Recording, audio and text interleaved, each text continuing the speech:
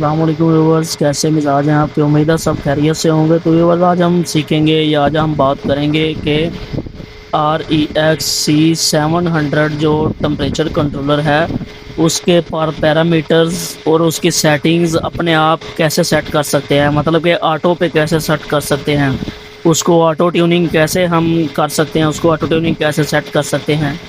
तो और दूसरी हम बात करेंगे कि इस मॉडल के टेम्परेचर कंट्रोलर के पैरामीटर्स को हम कैसे लॉक कर सकते हैं।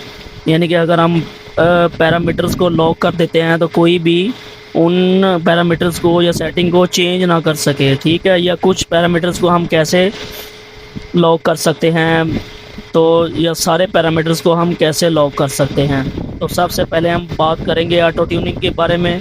तो ऑटो ट्यूनिंग के करने के लिए हम सबसे पहले इसके मैनुअल को देखेंगे। तो इसके मैनुअल पे चलते हैं।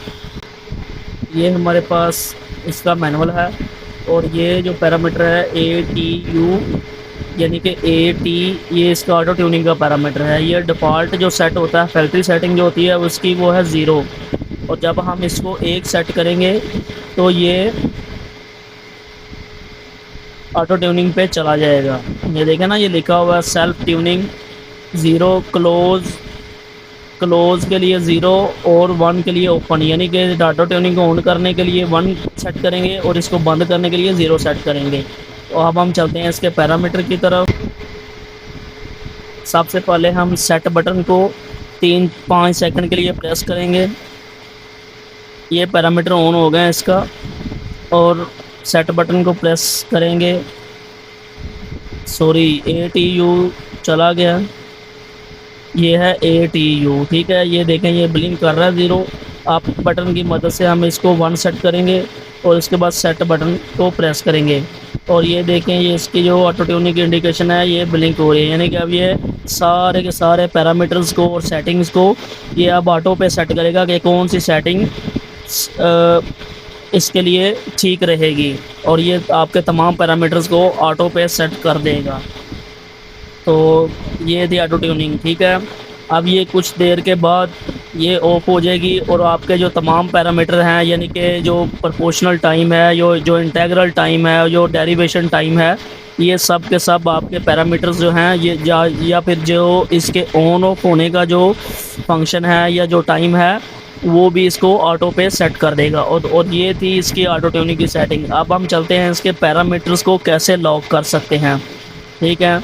वीडियो को आप एंड तक लाजमी देखिए, और इसीलिए मैंने एक ही वीडियो में 2 फंक्शन जो हैं टेम्परेचर कंट्रोलर के, वो आपके लिए लेके आया हूँ। तो अब हम सबसे पहले इसके मैनुअल पे चलते हैं कि पैरामीटर्स को लॉक करने के लिए हमको कौन कौन सी सेटिंग करना ज़रूरी है या लाजमी है।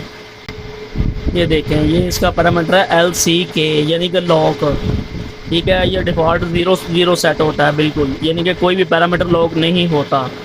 तो जब हम इसको 00000 पे सेलेक्ट करेंगे तो all parameters can be modified, यानी कि सारे पैरामीटर हम चेंज कर सकते हैं, उसमें तब्दीली कर सकते हैं। और जब हम 00001 सेट करेंगे तो इसका मतलब है हम सिर्फ 3 पैरामीटर को चेंज कर सकते हैं, जिसमें है सेट वैल्यू, अलार्म 1 की सेटिंग और अलार्म 2 की सेटिंग मॉडिफाइएबल, यानी कि हम सिर्फ इन 3 पैरामीटर्स को चेंज कर सकते हैं। और अगर हम इसको 011 सेट करेंगे तो इसका मतलब है कि हम सिर्फ सेट वैल्यू को ही मॉडिफाई कर पाएंगे, और इसके अलावा कोई पैरामीटर हम मॉडिफाई नहीं करेंगे। और ये जो हम 1 पे सेट करेंगे जब हम इस पैरामीटर को, तो इसका मतलब है कि ऑल नॉन मॉडिफाइड, यानी कि सब के सब पैरामीटर्स हम चेंज नहीं कर सकेंगे, यहाँ तक कि सेट वैल्यू को भी, ठीक है।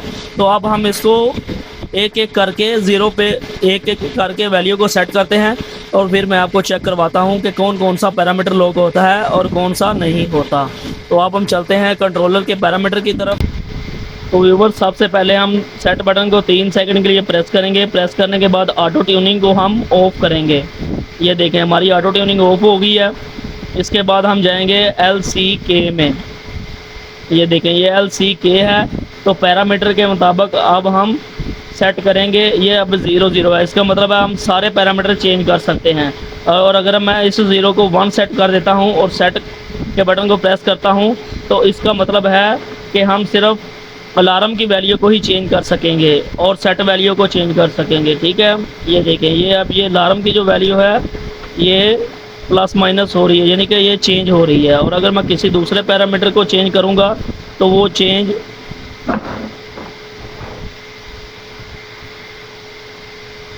ये देखें, ये मैं प्रेस कर रहा हूँ बटन को और ये नहीं, पैरामीटर चेंज नहीं हो रहा, अगला पैरामीटर भी चेंज नहीं होगा, ये देखें। ठीक है, ये देखें कोई भी पैरामीटर चेंज नहीं हो रहा, इसका मतलब है हमारे जो पैरामीटर हैं वो लॉक हो गए हैं।